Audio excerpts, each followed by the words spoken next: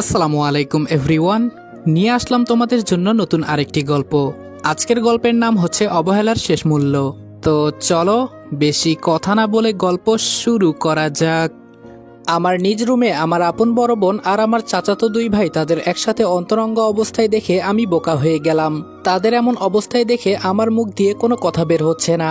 হঠাৎ করে ওরা আমাকে দেখে তিনজন তিন দিকে ছিটকে চলে গেল, আর আমার ছোট চাচাতো ভাই আমাকে ভেতরে আটকে দরজা বন্ধ করে দিল। শুধু মুচকি হাসি দিয়ে আমার বড় বোনকে বলল, রূপা আমি বাহিরে গেলাম, তোরা সবকিছু সামলে নিস। এই কথা বলে আমার চাচাতো ভাই জানালা দিয়ে লাফ দিয়ে বের হয়ে গেল। আমি বোকার মতো এক কোনায় গিয়ে দাঁড়িয়ে আছি। আমার বড় বোন কাপড় পরতে পরতে আমার চাচাতো ভাইকে বলল, তোমার ভাই তো চলে গেছে, এখন একে কি করব? আমার চাচাতো ভাই পাভেল রূপার কথা শুনে রেগে বলল, শালা সবকিছু নষ্ট করে দিল, এখন তুই বোঝ কি করবি। আমি রেগে রূপার সামনে গিয়ে জোরে একটা লাথি দিয়ে বললাম, ছি রূপা, তোর লজ্জা করে না নিজের আপন দুই চাচাতো ভাইয়ের সাথে এসব করতে? আর পাভেল, তোকে আমি ভালো ভাবতাম, আর তুই কুত্তার বাচ্চা তোর ভাইকে নিয়ে আমার বোনের সাথে নষ্টামি করিস, তোকে তো আমি ছাড়বো না। আমার রাগ দেখে রূপা আমার সামনে দাঁড়িয়ে বলল, দেখো রনি, আজকাল এসব ভাই বোনের মাঝে হলে কিছু হয় না, আর ও তো আমার আপন ভাই না। দেখ, তুই এসব কাউকে বলিস না, বিনিময়ে চাইলে তুইও আমার সাথে। রূপার কথা শুনে রাগে প্যান্ট থেকে বেল্ট খুলে রূপাকে ইচ্ছে মতো মারতে লাগলাম। পাভেল তাড়াতাড়ি আমার কাছে এসে আমাকে লাথি মেরে নিচে ফেলে দিল, আর পাভেল রূপাকে বলল, যদি বাঁচতে চাস তাহলে আমাকে হেল্প কর। এই কথা বলে পাভেল আমাকে মারতে লাগলো, আর রূপা ওকে সাহায্য করতে লাগলো। ওদের দুইজনের শক্তির সাথে আমি কোনো মতেই পেরে উঠতে পারছি না। শেষে আমার হাত পা বেঁধে আমাকে এক কোনায় ফেলে রাখলো। আমি শুধু কান্না ভেজা কণ্ঠে রূপার দিকে তাকিয়ে বললাম, ওরা তোর জীবনটাকে নষ্ট করে দিচ্ছে, অথচ তুই বুঝতে পারছিস না। রূপা আমার সামনে এসে বলল, কি করব বল ভাই, এই বয়সে যদি এনজয় করতে না পারি তাহলে এটা কি কোনো জীবন হলো? আমি বললাম, তাই বলে তুই? পাভেল ঠাস ঠাস করে আমার গালে দুইটা চড় দিয়ে বলল, তোর সাহস কি করে হয় আমাকে কুত্তার বাচ্চা বলার? আমি বললাম, তোকে তো আমি। পাভেল আমাকে নিচে ফেলে আমার মুখের উপর জোরে লাথি মারলো। আমি শুধু বোকার মতো রূপার দিকে তাকিয়ে আছি। ও আমার বড় বোন হয়ে, ছি। হঠাৎ শুনি বাহিরে থেকে আম্মু ডাকতে ডাকতে বলল, রনি বাহিরে আয়, তোর ছোট বোন এসেছে। পাভেল দাঁড়িয়ে রূপাকে বলল, এখন কি করব? এই শালা তো সবকিছু বলে দিবে। রূপা পাভেলের কানের কাছে মুখ নিয়ে কি জানি বলল, আর পাভেল অমনি জানালা দিয়ে লাফ দিয়ে বের হয়ে গেল। রূপা আমার সাথে নিচে বসে বলল, ভাই দেখ। রূপার মুখে থুতু দিয়ে বললাম, তোকে এখন কি ভাষায় বকা দিতে ইচ্ছে করছে জানিস? তুই কিভাবে এগুলা করতে পারিস? ছি। রূপা হাসি দিয়ে বলল, দেখ, যা হয়েছে সবকিছু ভুলে যা, তাহলে আমি তোর সাথে কিছুই করব না। আমি বললাম, ছোট ভাই হয়ে তোকে শিক্ষা দিতে পারলাম না, আজকে তুই তোর জীবনটাকে নষ্ট করে দিলি, একদিন ঠিকই বুঝবি। তবে আমি এখান থেকে যেতে পারলে আমি সবাইকে সবকিছু বলে দিব। রূপা দাঁড়িয়ে বলল, আমার জীবন শেষ হয় নাই, বরং আজকে থেকে তোর জীবন নষ্ট হয়ে যাবে। আমার কথা তো শুনলি না। রূপা আমার হাত পায়ের বাঁধন খুলে বিছানায় ফেলে দিয়ে বলল, মাফ করে দিস ভাই। এই কথা বলে রূপা নিজের কাপড় নিজেই ছিঁড়ে জোরে জোরে চিৎকার করে বলল, আব্বু আম্মু আমাকে বাঁচাও প্লিজ, তোমার ছেলে আমার সাথে খারাপ কিছু করতে চাচ্ছে। আর অমনি পাভেল আর ওর ভাই দরজা ভেঙে ভেতরে চলে আসলো। পেছনে আম্মু আর আব্বু দাঁড়িয়ে আছে, আর সাথে সাথে রূপা আম্মুর পেছনে দাঁড়িয়ে কান্না করতে করতে বলল, আম্মু তোমার ছেলে আমার সাথে। পাভেল আমার দিকে এসে আমার কলার ধরে বলল, ছি রনি, তুই কিনা শেষমেশ? বাবা রেগে চিৎকার দিয়ে বলল, তুই কিনা শেষমেশ তোর বড় বোনের সাথে? আমার রুম থেকে হকি স্টিক নিয়ে বাবা আমাকে ধরে ইচ্ছে মতো মারতে লাগলো। পাভেল আর ওর ভাই আমার দিকে তাকিয়ে মুচকি মুচকি হাসছে। বাবা আমাকে মারছে, কিন্তু আমি চুপচাপ রূপার দিকে তাকিয়ে আছি। নিজের মায়ের পেটের বোন হয়ে ও আমার উপর এই অপবাদ দিতে পারলো? পাভেল বাবাকে বলল, দেখো চাচা, কিভাবে তোমার ছেলে আবার রূপার উপর তাকিয়ে আছে। বাবা তো রেগে বলল, আজকে তোকে আমি। সবাই শুধু দাঁড়িয়ে দাঁড়িয়ে দেখছে, আম্মু শুধু চুপচাপ কান্না করছে।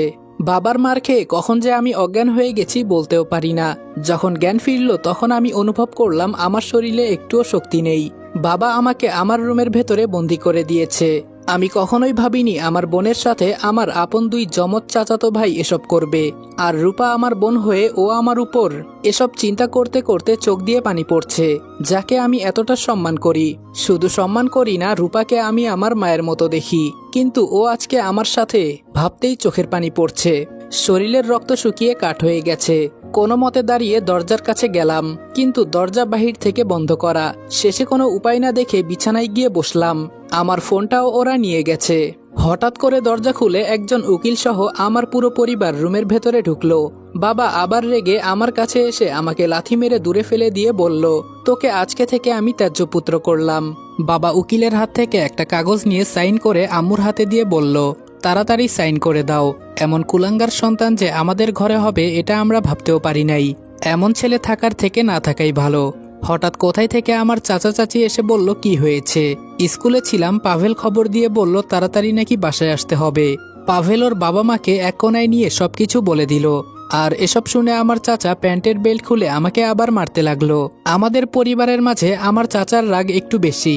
ছোট থেকে আমার চাচাকে আমরা অনেক বেশি মানি, আর চাচাও আমাদেরকে নিজের ছেলের মতো সেভাবে আগলে রাখে।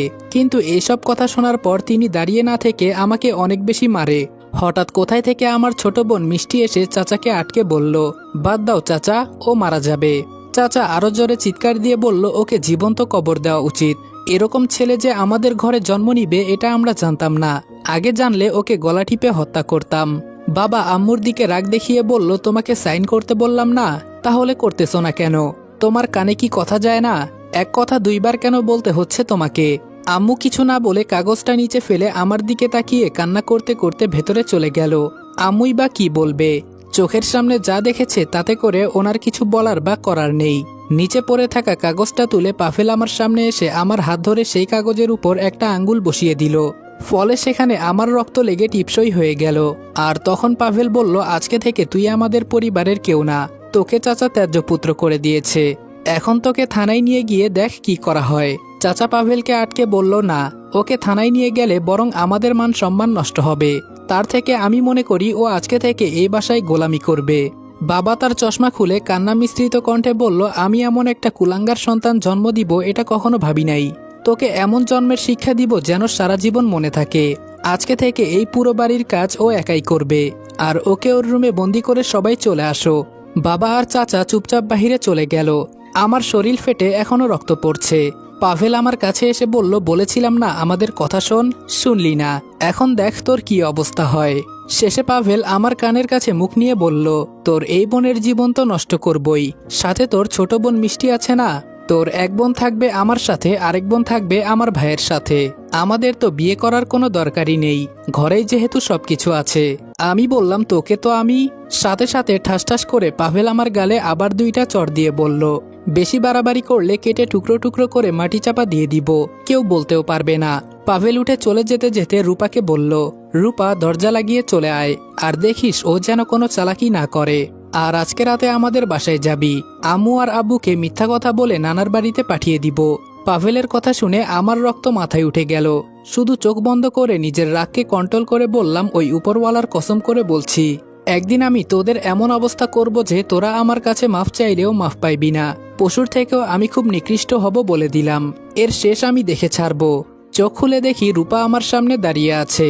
শুধু দাঁতে দাঁত কামড়ে বললাম, মানুষ বলে আপন রক্তের চাইতে আর কিছু হয় না, কিন্তু কে জানে ঘরের ভেতরে এমন শত্রু আছে। রূপা বলল, দেখ ভাই, তুই আমাকে জ্ঞান দিস না, আমি তোর চাইতেও অনেক বেশি বুঝি। এই বয়সে এসব না করলে কখন নিজের লাইফে এনজয় করব বল? তাছাড়া তুই এসব বুঝবি না। দেখ, আমি ইচ্ছে করলে বাহিরেও এসব করতে পারতাম, কিন্তু ঘরে আপনজন রেখে বাহিরের মানুষের সাথে কেন মজা করব? আর তাছাড়া তুই। আমি বললাম, আমি তোকে আমার চোখের সামনেও দেখতে চাই না, এখান থেকে তুই চলে যা বলছি।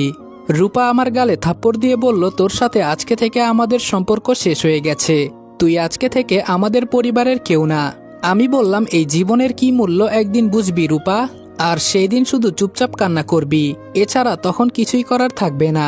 আমাকে ত্যায্যপুত্র করে দিল বাবা, এতে আমার কোনো আফসোস নেই, কিন্তু তুই একদিন বুঝবি। রূপা বলল, আমাকে তোর জ্ঞান দিতে হবে না, এখন তুই নিজের চিন্তা কর যে তোর কি হবে। আপু, তুমি একটু বাহিরে যাও। হঠাৎ করে রূপা মিষ্টিকে দেখে ঘাবড়ে গিয়ে বলল, তুই কখন এলি? মিষ্টি ভেতরে ঢুকতে ঢুকতে বলল, মাত্র ভেতরে এসেছি। আর তুই এখান থেকে যা, না হলে ও আবার তোর সাথে খারাপ কিছু করতে চাইবে। আমি মিষ্টির দিকে তাকিয়ে বললাম, মিষ্টি। মিষ্টি আমার মুখের উপর থুতু দিয়ে বলল, তোকে নিজের ভাই বলতেও আমার ঘৃণা হয়। তুই কিভাবে রূপা আপুর সাথে এমনটা করলি? ও না তোর বড় বোন হয়? তুই না সবসময় বলতি রূপা হলো আমার মায়ের মতো, আর আমাকে বলতি তুই হলি আমার আদরের একমাত্র পিচ্চি বোন। আর আজকে তুই কিভাবে এটা করলি? ছি, তোকে ভাই বলতে আমার লজ্জা লাগছে। আমরা মেয়েরা যদি নিজের ভাইয়ের কাছে হেফাজতে না থাকি তাহলে আর কোথায় থাকবো? তোদের মতো কিছু ভাইয়ের জন্য আজকে অনেক মেয়েরাই সুরক্ষিত না। এই কথা বলে মিষ্টি কান্না করে দিল। আমি মিষ্টির দিকে তাকিয়ে বললাম, বিশ্বাস কর আমি কিছু করি নাই। ওই পাভেল, কিছু বলতে যাব কিন্তু সেটা আর বলা হলো না। বলার আগেই রূপা জোরে চিৎকার দিয়ে বলল, দেখ মিষ্টি, ও আবার বলে আমার সাথে ও কিছু করে নাই। বিশ্বাস কর, পাভেল যদি তখন না আসতো তাহলে মনে হয় ওই দিনে আমার ইজ্জত শেষ করে ফেলতো। হতে পারে সে আমাকে মেরেও ফেলতো, কারণ যে নিজের বোনের সাথে খারাপ আচরণ করতে পারে সে আমাকে খুন করতেও দুইবার ভাববে না। মিষ্টি রূপার হাত ধরে বলল, চল আপু, এখানে আর থেকে কোনো লাভ নেই। আজকে থেকে মনে করব আমরা দুধকলা দিয়ে কালসাপ পোষণ করছি। এই কথা বলে ওরা দরজা বন্ধ করে বাইরে চলে গেল। আজকে সকাল থেকে কিছু খাই নাই, শরীরটা এমন দুর্বল লাগছে যে বলার বাহিরে। একা একটা রুমের ভেতরে বসে চুপচাপ কান্না করছি। কি থেকে কি হয়ে গেল আমি ভাবতেও পারি নাই যে এসব হবে।